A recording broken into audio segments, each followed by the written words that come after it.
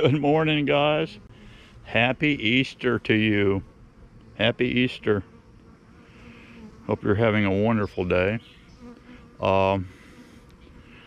This bee, come on, get up. Let me do a video, bee. Come on, without stinging me in the face, please. Thank you. You saw my video yesterday, right? My queen factory. And what we have right now is a deep. She's downstairs. I have an excluder. We have two mediums that it loaded. Not much drone brood. There's a lot of sealed worker brood and a lot of honey in that thing. Our little feeder on the side is working very nicely. That's slick. We don't need an inside feeder with the Stevo system, right? We've got a queen factory here. We want full production. So we got a very cheap, those interior gallon feeders. If you put one of those in, you're going to take up 2 spaces.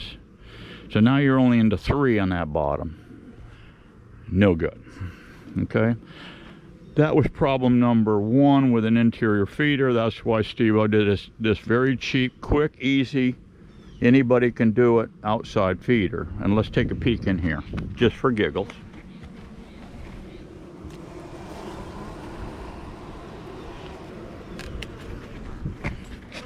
They're getting her done, guys. They're getting her done. All right, now, after I set this thing all up last night, I stepped back and I looked at this thing and I said, we have a problem. We have a problem. We have a flaw in the system. And the flaw is we're in sunny Florida.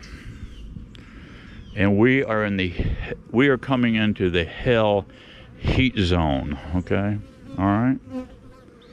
So I said, I've got to go and sleep on this because we have a problem. The problem is, you see those guys hanging there? When I do this switcheroo and have those bees come into this top portion with that excluder thing there, we're going to put a flat lid on it, right? We're going to put this board in, remember? We've got the excluder on the bottom, separating the two. I've got this board going in. This is our cloak board, okay? Now, most guys with a cloak board system, they're utilizing 10 frame equipment. Well, I don't use 10. I've got some 8s here that I'm probably going to phase out. I'm going to do this entire operation with 5 frame nooks.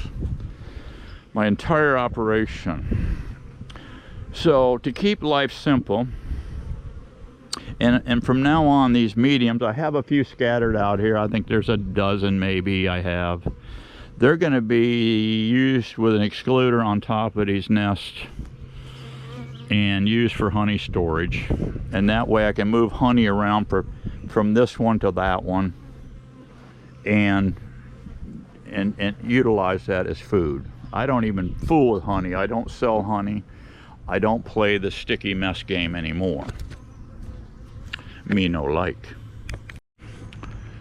So, where I'm going with this flaw in the system, when we make the switcheroo and go from that hole, okay, we plug off that bottom and make these bees go up top, I'm going to have a massive amount of bee venom therapy going into that hole up there, okay? That's what we want. The bees are very fuzzy and very warm. They're nice, fuzzy, warm little girls. Not like nasty Nancy that's cold as ice and not very nice. Yeah. I just thought I'd throw that one in there. But anyway, when we have those bees go in there, it's going to have a floor in there. I was concerned about ventilation, so I did, as you recall from yesterday's video,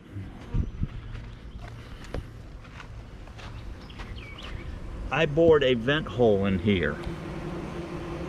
And actually they're venting right now. But when you put this massive amount of bees. Come on, bee, stop it, please.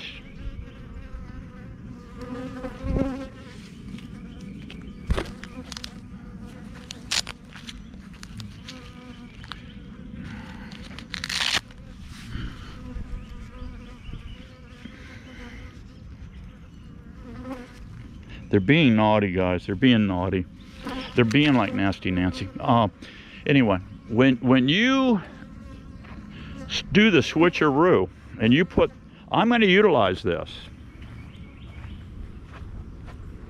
I'm going to utilize this when I want to do my shift and put the bees upstairs. Okay. But with this scenario, there's not going to be I mean, you're going to have so many bugs, guys, in the top of this box is what you want, because if you put a massive amount of bees on top of these cells you're making, you're going to get the top-notch queens. Top-notch queens. So, you think about that. What makes the best queens? Swarm cells. What happens when you're making swarm cells? You've got the hive is just slammed with bees. They're overloaded. The queen pheromone, she's starting to lose it. She can't spread the pheromone around enough, so they want to swarm. Okay, they're going to downsize. They're going to take 60% of the colony with them. They're going to haul ass. They're going to leave a portion. Hopefully she can get back. The new queen, you're going to put in them swarm cells. They're going to be excellent queens. And if all goes well, yes, they'll turn around. She'll get on her mating flight, come back, and you got another colony. But anyway, that said, I said to myself, with that, just these two holes, it's not going to work. Not in sunny Florida. No way. There's no way. I'm all going to do is suffocate bees, guys. They're going to be so crammed in there, you're going to have a nuclear meltdown in that thing. I believe. I do believe, because with your 10 frame cloak board method, when you're switching bees and you put that slide in, those bees are going to the top, and normally that whole slot along there is opened up. Those bees can fan and keep that hive cool, but with these small holes that I got going on here, and those are convenient holes because I can see quickly plug them with that little turn device, right? All right, well, here's Steve-O's solution. All of my boxes, as you can see, I cantilever a little ledge here with that bottom cleat on all these hives, which I've done here. Well, guess what I've done here? I took it off and I moved it back so it's flush here. That one's flush. I've got a full open bottom here, guys, where this thing is not going to overheat. So when I do the switcheroo, I'm right now, I was just in my yard here, and the other day I was walking around. I was walking around here, and I had a absconding action here. Look at this beautiful comb here. There is resources in here. There's honey. Why this is not robbed out, I don't know, but there's older comb in here. This is some great comb. I'm also going to start looking around for older dark comb so we can put in this bottom box, because the queen's going to be trapped down here eventually. This is our breeder. We're going to be robbing. We're going to break this down when I want to go harvest some of her eggs. In reality, later down the road, I will put off my breeder in just a 5-frame box, and 5 days before I graft, I'm going to drop in a dark comb that's clean, polished in there. I will save some of those. If I don't have one, say if I got resources in a comb that's got honey in it, brood, I will set it above an excluder and let them hatch off that. If there's honey in it, I will set it out and let the bees rob it out. I'll put it in the shade, let the bees here in this yard rob it. If I don't need it right away, I'll keep them in the freezer. I'll keep 3 or 4 in the freezer. 5 days before my graft, I'm going to insert that in the bottom here. Always give your queen elbow room. Right now, she's jammed up in there. I'm fixing to give them this resources. I'm going to take a plain box, not this box. This is going to be what I consider my cloak board box. It's a breathable box. This is Steve-O's idea now. I haven't seen any of this shenanigans out there nowhere. This is my idea that I dreamed up last night. I woke up about 2 in the morning and I said, I think I got it. I think I got it. I was dreaming about this thing all night. I said, I think I got it. So anyway, this morning I got up and wandered around. I found this thing that I found the other day, and the wax moth, they're just trying to come into it. These girls are going to clean it up, spit, shine, and polish it. That box is going to be, these 2 supers are coming off. That excluder's coming out. This is just a regular box is going on here. So I'm double stacking 2. I'm going to have a 10 frame here, 2 5s. I'm taking that excluder, going to put on top and put these 2 supers up. All the bees that are hatching out of that honeycomb up here, there's a lot of it, I don't see no eggs up there at all. If there is, fine and dandy. They may make a queen cell up there. I'll find it if we do. But all of the nurse bees will come down and saturate these 2 deeps down here. All right, so now I want to make a queen. I might want to make a round of cells, right? I want to graft. All right, 5 days before my graft, I'm going to come in here and I'm going to drop down in the bottom here where she's at. She could be in either one. I'm going to drop, I'll probably do it in both of them, drop a dark frame in each one. Let her fill it up with some eggs. Graftable larvae. In the meantime, when I'm getting ready to go, I won't do that. Let me back up a minute. I'll just drop it in the bottom, and when I'm ready to graft and get going, 5 days ahead, I'll drop that in that plain one in the bottom. Instead of a cloak board, I'm dropping this guy. I'm peeling off all that second box that's on top. I'm pulling all those frames because it's not cleated and it's not screened. That one is not screened. Quickly pulling all those frames and dropping them in here. I will then put my cloak board on top, seal them off. I will put this guy on top. I will open this screen up, and all that field force is going to come charging into this box.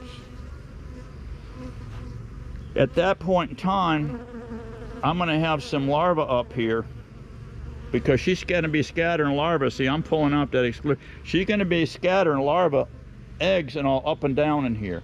Well, when I put them eggs up top here, and I separate these 2 colonies, and I shut that bottom door right there, all these bees are going to come up and come into this box. They're going to realize they are queenless. They're going to start making a bunch of cells in here. On day 4, I'm coming in here. I'm coming in this box on day 4, and I'm going to harvest all them queen cells are in that box. I'm going to make darn sure there is no more queen cells in this box whatsoever. Them queen cells that I harvest will be used for priming, because I like to wet graft. I'll be using that jelly to prime my cell cups. Okay, so I will drop a bar in the day I pull. I may even graft the same day, because they're going to be queenless. I can graft that same day. I can go downstairs right quick, find that frame, that dark comb with them 4-day-old larvae on there.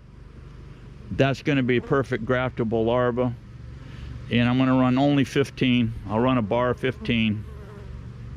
So I'll have their own royal jelly, I'll have her eggs, and that's the way we're going to go with this thing.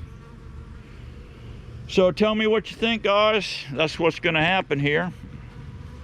I'm going to quickly do this. I'm going to shut the camera off. I'm going to quickly make this transfer. And I'm going to leave this box out here. I'll probably just set it on the side so it's on standby for ready to go. And I'm going to let these bees chill out for probably a week. I'm going to let them adjust and chill out in here for a whole week. I'm going to keep the feed on these. I'm going to keep her pumping. I want her just cramming this thing full of eggs. So let me get into it here. Okay, guys, I've stacked up these two here.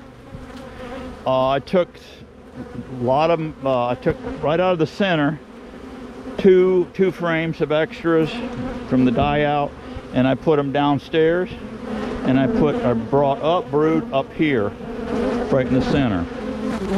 So they have extra equal amounts both. Now they can jump up in here. They got free reign running around in here. Now our excluder goes back on. And my two supers are going back on. And like I said, there's a bunch of sealed stuff up in there. Not too much drone action. So this thing's gonna get really pumped up. I need to keep an eye on her, or she packs this thing out. She's an excellent queen. She packs this thing out. I'm gonna be robbing, siphoning resources off of this to make up nooks and whatever. I always want to have her plenty of room to lay.